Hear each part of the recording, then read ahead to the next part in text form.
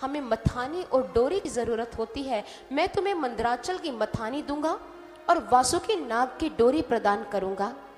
भगवान ने जो कहा, देवताओं ने इस बात को स्वीकार किया और देवराज इंद्र दानवराज के पास गए।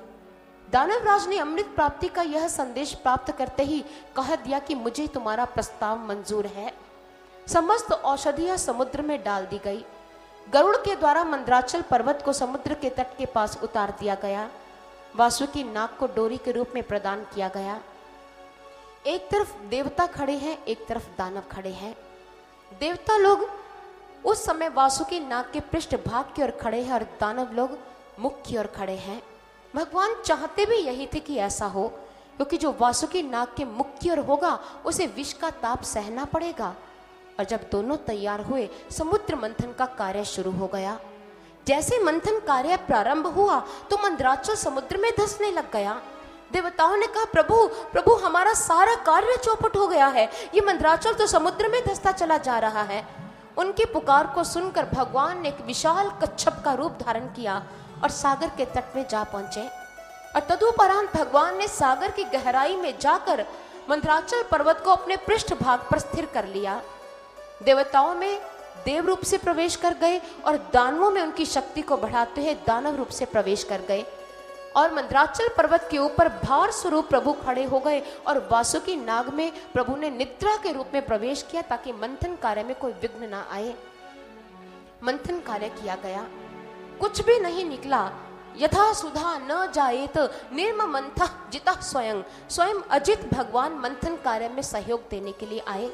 जब अजित भगवान ने मंथन कार्य में सहयोग दिया तो उस समय मंथन की सबसे पहली भेंट क्या निकली? विष, घोर हलाहल।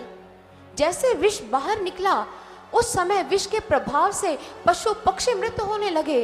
देवता और दानव वहां से भाग गए। समुद्र मंथन का कार्य बीच में ही छूट गया। अब इस विष का सामना कौन करे?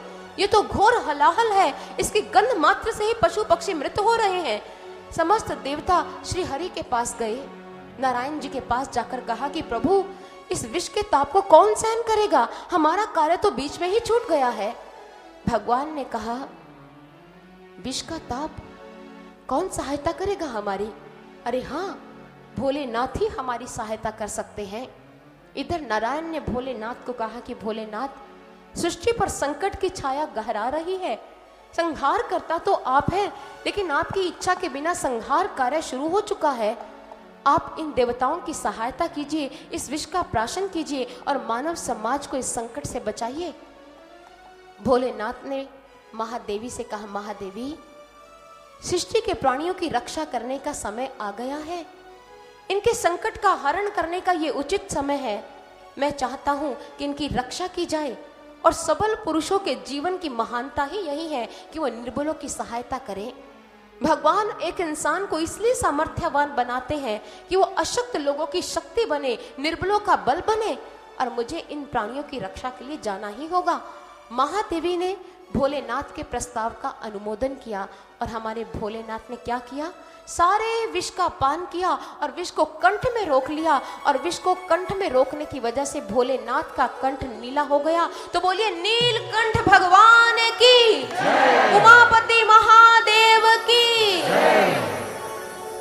नारायण ने भोलेनाथ को देखा, कहा, बड़े नशेबाज हो, सारा विष पी गए, कुछ भी नहीं हुआ। तो भोलेनाथ ने कहा, प्रभु, तेरे नाम के नशे के आगे फीके सारे जाम हुए। जब जब लिया नाम तुम्हारा, बिगड़े सारे काम हुए। देव दानव का युद्ध खड़ा हो, झरझर अंबर बरस रहा हो, मानवता चित्कार रही हो, तेरे आने की दरकार रही हो। पीड़ित जन जब तुम्हें पुकारे तो समझो दुख तमाम हुए। प्रभु, तेरे नाम के नशे के आगे फीके सारे जाम हुए। दानवता चित्कार रही हो, अनाचार की आंधियां देखो जब पुरजोर हुई हो, धर्म नीति की बातें जग में देखो जब कमजोर हुई हो। तब राह दिखाने हर जन को, ऊंचा उठाने हर मन को, करुणा की डोरी में बंधकर असंख्य ही अवतार हुए। प्रभु, तेरे नाम के नशे के आगे फीके सारे जाम हुए। जब जब लिया नाम तुम्हारा, बिगड़े सारे काम हुए। ये धन दौलत का नशा नहीं, ये मद मदिरा का नशा नहीं, ये नशा है नाम खुमारी का, ये नशा तेरी गमखारी का। जो इसको पी ले हे भगवान, उसके मन मंदिर में आकर तुम ही विराजमान हुए। प्रभु तेरे नाम के नशे के आगे फीके सारे जाम हुए, जब जब लिया नाम तुम्हारा बिगड़े सारे काम हुए। अंगारों की थाली हो, घोर हलाहल प्याली हो, जंजीर बड़ी ही भारी हो, कांटों भरी फुलवारी हो। प्रभु तेरे नाम की ज्वाला भस्म करे पापों के भारी ईंधन को। जिस दिल में नाम तरंग उठी वो दिल ही तेरे धाम हुए। प्रभु तेरे नाम के नशे के आगे फीके सारे जाम हुए, जब जब लिया नाम तुम्हारा बिगड़े सारे काम हुए। ये तो तेरे अलौकिक नाम का नशा है कि विष जैसा नशा भी मेरे ऊपर असर नहीं कर पाया। और सत्य है, भोलेनाथ ने मानव समाज के कल्याण के लिए विष का प्राशन किया। मानवता के प्रणेता बनकर भोलेनाथ ने हमेशा मानव का उत्थान चाहा है। उनका कल्याणकारी स्वरूप मानव समाज को हमेशा समर्पित रहा है। लेकिन भोलेनाथ की महानता से अनभिज्ञ ये मानव समाज यह सोचता है कि भोलेनाथ तो भांग पिया करते थे। शिवरात्रि के दिनों में आप सड़कों पर जाकर देख लेना, कभी भोलेनाथ के नाम पर भांग घोटी जाती है, भांग का सेवन किया जाता है। लेकिन प्रश्न पैदा होता है, क्या भोलेनाथ भांग पिया करते थे? किसी जिज्ञासु ने परम पूजनीय गुरुदेव सर्वश्री आशुतोष महाराज जी से पूछा, क्या भोलेनाथ भांग पीते थे? और उस समय गुरु महाराज जी के श्री चरणों में मैं भी अध्यासीन थी।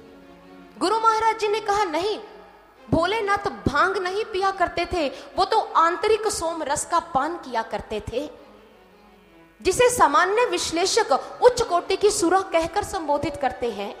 आयुर्वेद के आचार्य उसे सोमलता कहते हैं। एक ऐसी लता जो हिमालय के उत्तर में मोजरत पर्वत के ऊपर स्थित है और मोजरत पर्वत के ऊपर ये पाई जाती है, और इसे सोमविल्ली का नाम और इसे द्विजविल्ली का नाम भी दिया गया है। और आजकल के वैज्ञानिक इस लता को एस्क्लेपियस एसिडा का नाम देते हैं। लेकिन गुरु महाराज जी कहते हैं कि भोलेनाथ इस लता के रस का पान नहीं करते थे।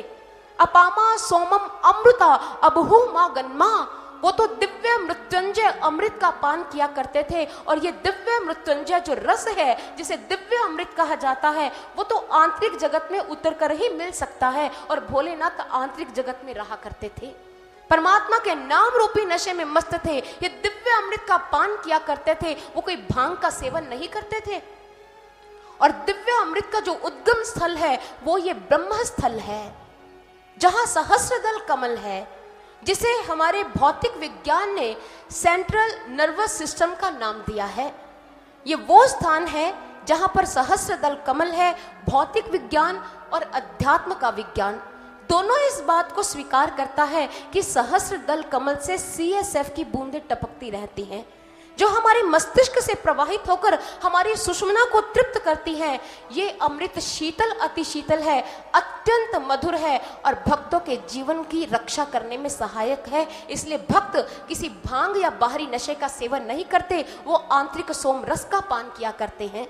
हमारे ऋग्वेद में भी आता है, सोमंग मन्नदे पपि वान्नत संपिंग शंत्योषधिं सोमंग यंग ब्रह्मा नो विदुः न तस्याश्नाति कश्चन आच्छाद्विधानैः हो कुपितो बारहतै सोम रक्षितः ब्राह्मण मिच्छुण्वन् तिष्ठसि न ते अश्नाति पार्थिवः। गुरु महाराज जी ने कहा, एक सोमलता होती है जिसका रस जब निकाला जाता है तो उस रस को इस मुख से पिया जाता है।